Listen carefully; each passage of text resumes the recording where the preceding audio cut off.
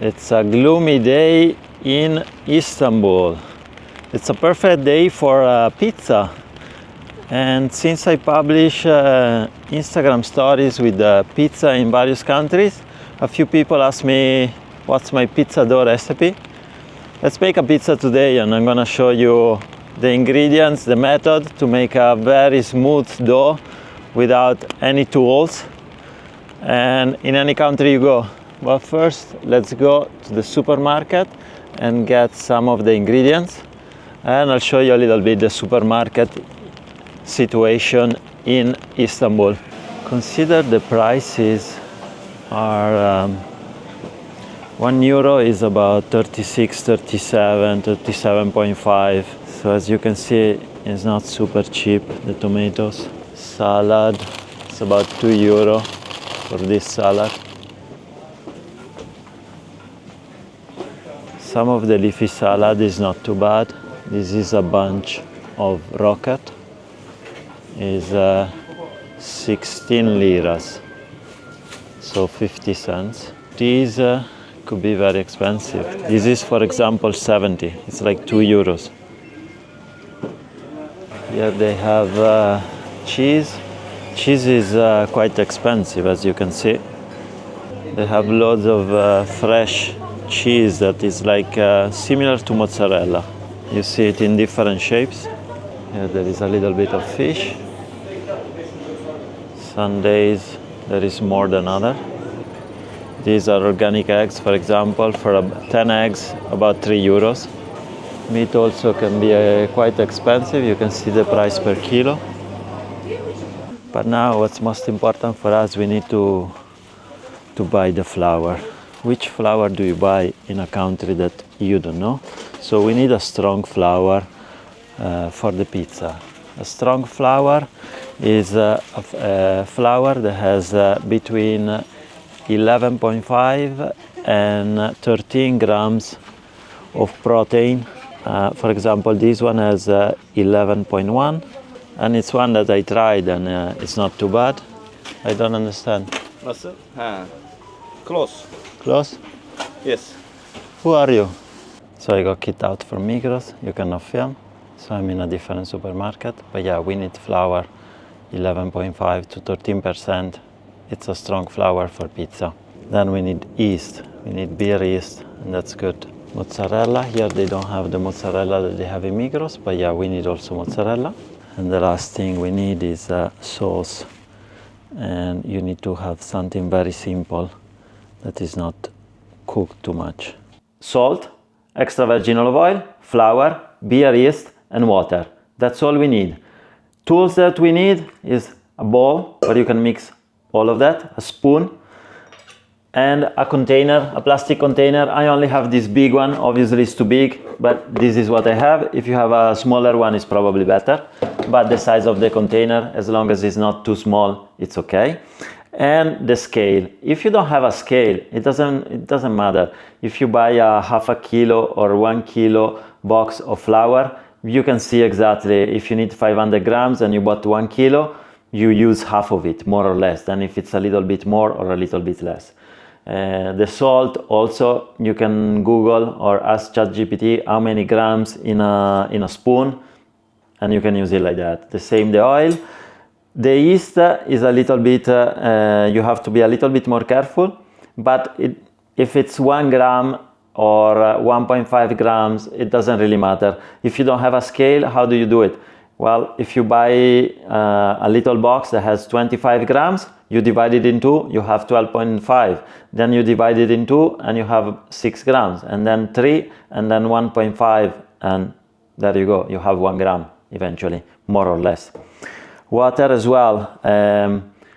Usually if you have a bottle that is 1 liter, you use 1/3. I'm using 335 grams. The quantities of the ingredients based on how many pizzas you have to make. I'm gonna give you the quantities for 2 very large pizzas. The largest you can put in a home oven, or 3 decent size pizzas. It's up to you. So we are gonna use 500 grams of flour, 10 grams of olive oil, 10 grams of salt, 1 gram of yeast, beer yeast, and 335 grams of water. So if you have 1 liter of a bottle of 1 liter of water, 1/3. Obviously I have a scale here, so it's a little easier, and I'm gonna do 500 grams of flour. As I mentioned, there are many different type of methods, and a lot of them works very well. We are gonna do a method where we throw all the ingredients together, so we don't have to think about first one ingredient, then another, and then another one. So we will throw everything together. But first, we put the yeast in the water, and we let it sit about 5 minutes. The water doesn't have to be super cold. If it's at room temperature or slightly warm is better. Future me, I'm already making pizza, but I had forgot to mention something. If you cannot find the beer yeast, the fresh yeast, to make bread or pizza or whatever, instead you can use dry yeast just as well.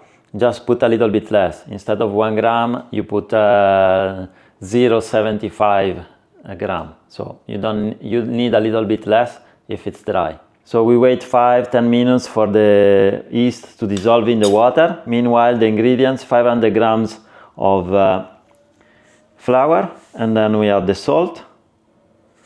That's it, 10 grams.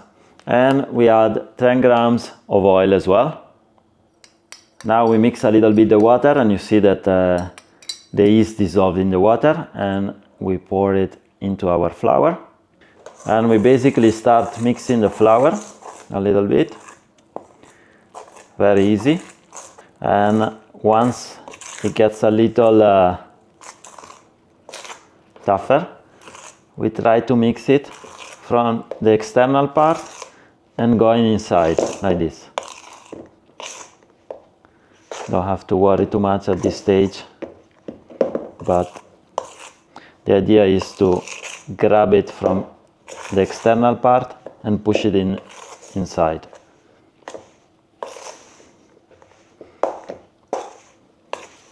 Let's mix it a few minutes to incorporate all the flour into the dough. Maybe you can see better if I incline the bowl a little bit. As you can see, the dough is becoming a bit more sticky.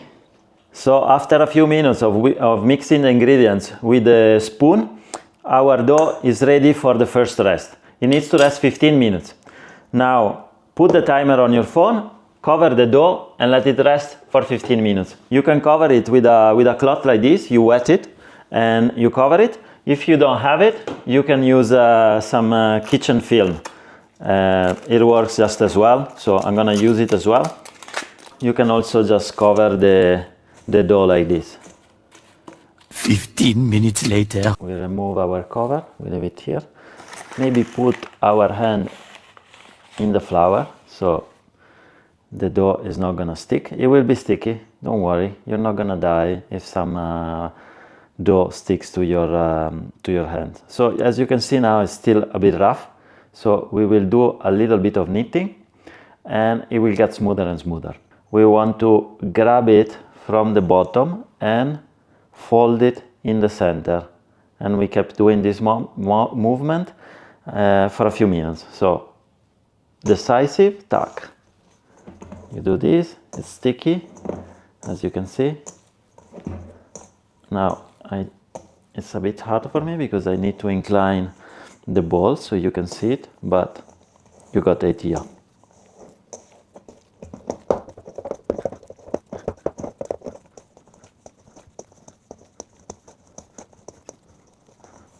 See, you can see the folds. And if you are quick, it doesn't even stick to your hands. But if it does, don't worry, it's not the end of the world. I have worse stuff sticking to my hands. That's for sure.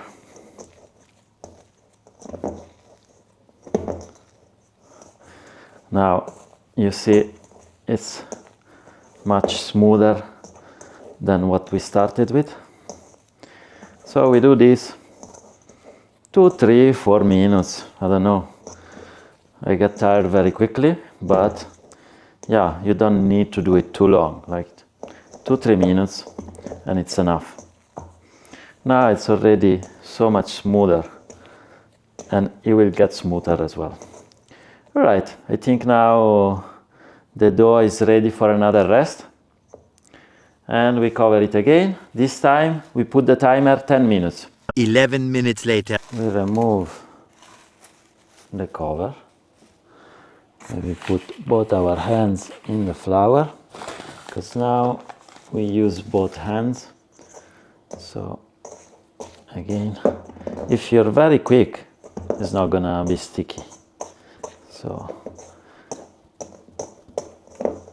you do a little bit more movement like this, and then maybe I'll take a little bit of flour, and then we do some kneading.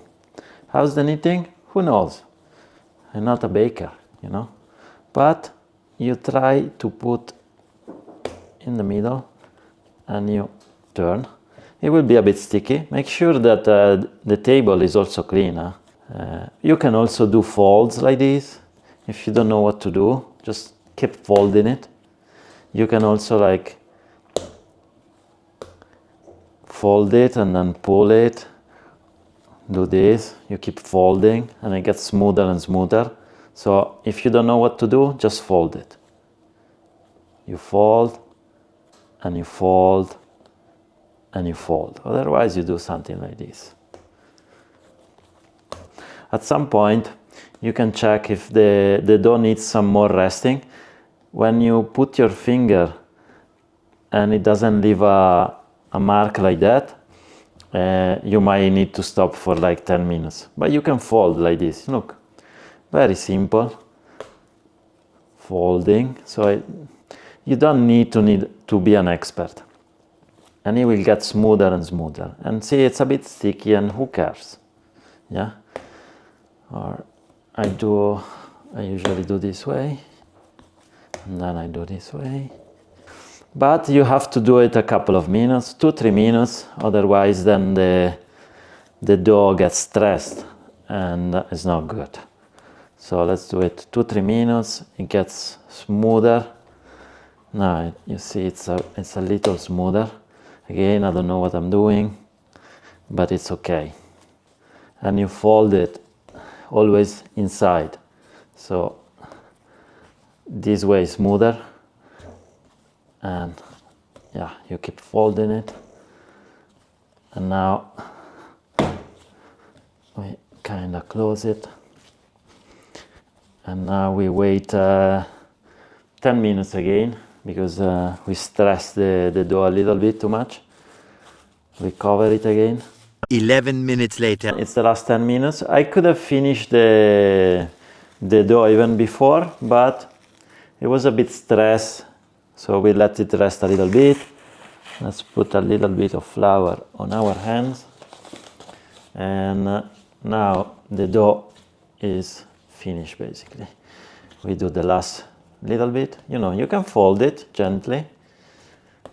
The knitting doesn't have to be super professional. You just fold it towards the... And you can see now it's really smooth. Now it's super smooth. Let's do another few minutes of knitting. And you just gently fold it to the center. I usually do it towards me, but I want to do it towards the camera. And so it's a little different than what I'm used to, but it is what it is. I think now, yeah, you see? We basically can fold it, and then, yeah, so now we close the ball. Now we created basically a big ball. It's ready. Now we get our container. I put a little bit of oil around. The container shouldn't be this big, but it should be big enough for the dough. So we put the dough, we place it here. We take a little bit of oil and massage the top. So we can spread the oil around the surface of our dough ball. That's it. Now we cover it and let it rest 30 minutes. It depends on the temperature of the room. If the temperature is warm, 30 minutes. If it's cold, a little longer, 40, 50, even maximum 1 hour. If it's a cold room, wait 1 hour. 30 minutes later. Now, after 30 minutes, the container is ready to go in the fridge. How long does it have to stay there? Usually at least about 20 hours, but it could be even less, 12 hours or more. It could be also like 30 hours. It depends when you need to make the pizzas. We will take out the container and make the balls 4 hours before we eat the pizza tomorrow. So now in the fridge. 24 hours later. Welcome, it's the next day. We want to make the pizza in 4 hours. So it's time to get the container out of the fridge and prepare our balls for the pizza. Now, depending how many pizzas you want to do, you divide in 2 balls or 3 balls. If you want to do a precise job, you take a scale and you weight the dough and you divide it in 2 or 3 equal parts. I'm gonna just, if the 2 pizzas are not exactly as big as the other one, it doesn't matter to me. So I just cut it with the help of the knife and take half of the dough. So how do we make the balls now?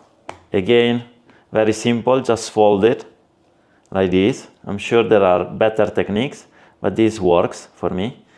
You keep folding it towards the center and you try to close the ball. It has to kind of weld in a way. See, this is a very simple technique. We try to squeeze a bit so that we weld it. And that's it, our ball is done. Make sure that there isn't a hole, but it's kind of welded. Then you can use this to kind of seal it. And you place it in a container when it's gonna rise for the next 4 hours. I like to put a little bit of oil so it doesn't stick to the ball. So we place the ball in the bowl. We put a little bit of oil and massage it as well. Then we cover it with a wet cloth. I'm gonna wet it now, cover it, and wait 4 hours. Okay, I made also the second ball. I place it in the same container. You don't need a different container. You can use the same container. I put a little bit of flour at the bottom so it doesn't stick, and I cover it with oil. So again, we cover it 4 hours. 4 hours later. It's time to make the pizza now. So let's prepare a few ingredients that we need here. The tomato sauce, a little bit of olive oil, flour. I'm gonna use some durum wheat flour. That is the one to make pasta. Or you can use the normal flour. I'm gonna put some of this on the bowl, a little bit on my hand so the dough is not gonna stick. And then you can scoop it out. You can also turn it upside down. We put a lot here. We put it on the table. Now there are several things you can do, and maybe you can watch pizza throwers and everything. You could use a rolling pin, but you don't need any tool. Just squeeze it a little bit like this. If it's a bit sticky, you use a little bit more of the flour. If there is some balls of air, you can pop them. We put a little bit more of this, and you can also pick it up and slowly you let it fall on your hand so it gets a little bigger. Just be a bit quick. You don't need to be a pizza thrower, but be a bit quick, otherwise you're gonna have like holes. It's more or less as big as it could be. We can see these are the limitation of the pan that I have. So yeah, I made it as big as it can be in the pan. Yeah. Now it's time to put tomato sauce, and hopefully you get some good one. It doesn't have to be the tomato sauce you put on the pasta. This is kind of raw. Yeah, this is way too much. So I'm gonna put some back. It's better to put less than too much. Spread it around. There you go, it's almost done. There you go, it's done. I'm gonna put a little bit of extra virgin olive oil if you like it, otherwise you don't have to. I like to put 1 spoon, a few drops here and there.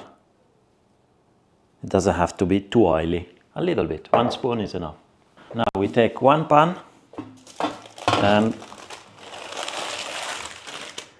we slide it over. It's ready for the oven. Now we put it in the oven for about 6-7 minutes at the bottom of the oven. I'm gonna put the timer on my phone, 6 minutes. Come with me, I'll show you the oven. So we put the pizza towards the bottom and we cook it half 6 minutes. Usually the pizza takes 10, 12, 13 minutes, depending on the oven.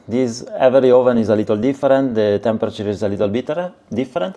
I usually put no ventilation, bottom and up. And it stays like that 6 minutes. Then, for example, I put this, because when I move it on top, it will go here. If I put it on the last slot, it's too close to the top and it's gonna burn it. You have to get used a little bit with each oven because they all behave a little bit different. So you have to, it's a trial and error. If you cook like 2-3 pizzas in an oven, then you get the gist of it. Now we prepare our toppings because after 6 minutes, we take the pan out of the oven and we put all the toppings. I like to keep it simple with pizza. This mozzarella, it's not too bad, but it's not that good also, the one that I find here in Turkey. The good thing about this mozzarella is quite dry. It comes into the bags with water, but it's quite dry, this mozzarella, so it's quite good for the pizza. But the taste is not great. It doesn't have salt, for example, or very little salt, so it doesn't taste much. So I'm gonna use, these are 3 mozzarellas. For 2 large pizzas, 1.5 mozzarella, more or less. And if I was to use the same size of dough and make 3 mozzarella, they were 1 mozzarella each.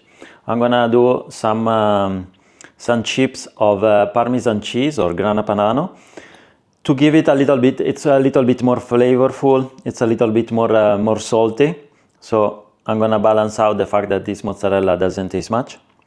And then once I remove the pizza, when the pizza is cooked, before cutting the slices, I'm gonna put some rocket salad on top. So I'm gonna make it simple, keep it simple. And yeah, that's me. You put your whatever toppings you want. If you wanna put pineapple, go ahead, be my guest, put pineapple, see if I care. I don't know why a lot of people get really mad about the pineapple on the pizza. It's not like Italians don't put fruit on the pizza, because there is gorgonzola, pears and walnut, for example. It's a very famous pizza. So we do put fruit on the pizza. I don't know why people get upset for pineapple. Personally, I don't like the idea of having a pineapple on the pizza, but you do you. If you cannot find a mozzarella that is quite dry, it's very watery. Okay, timer went off, the pizza is ready. I mean, half of the cooking is done. Oof. We take it out, close the oven, and very quickly put our toppings on. So I put some mozzarella. Even this, don't put too much. It's like the tomato sauce. Sometimes it's better a little less than too much. I think I'm putting a bit too much, but this mozzarella doesn't taste anything. Some of the Parmesan chips. Now it goes back into the oven at the top.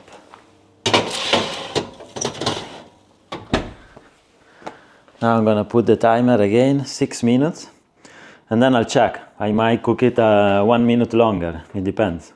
About the mozzarella, if you don't find a dry kind of mozzarella like this one, but it's more wet, the one that you get, that is inside the water, and when you cut it is a bit mushy. What you can do to prevent the pizza to be a bit mushy, because there is not enough time for the water to evaporate, especially in the home ovens, that the temperature is limited. In the pizzerias, the temperature of an oven goes up to maybe like 400 degrees, but in the pizza oven, usually in the home oven, is usually about 250 degrees Celsius. So I was saying, if you cannot find a dry kind of mozzarella, fior di latte, whatever, what you can do is when you prepare the pizza dough the night before, you cut also the mozzarella, you slice it or cut it into pieces like this, and you put it in a tray in your refrigerator without covering it. So the refrigerator usually dries it up a little bit, so it's gonna stay about overnight, 20 hours in the fridge, and it dries a little bit. It's looking already quite good, to be honest. Let's check the pizza. I think it needs another 20-30 seconds. There you go, the pizza is ready. Now we're gonna put a little bit of rocket here and there. That's it. What do you think about my pizza? To me it looks pretty yummy, and it's consistent with other pizzas that I made in Spain and in France and in other countries. So now I'll wait a few minutes to cool down and then make the pizza slices. Voila.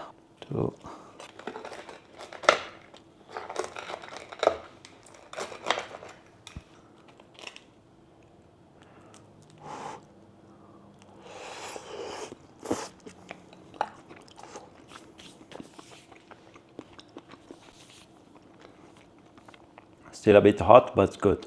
Ciao.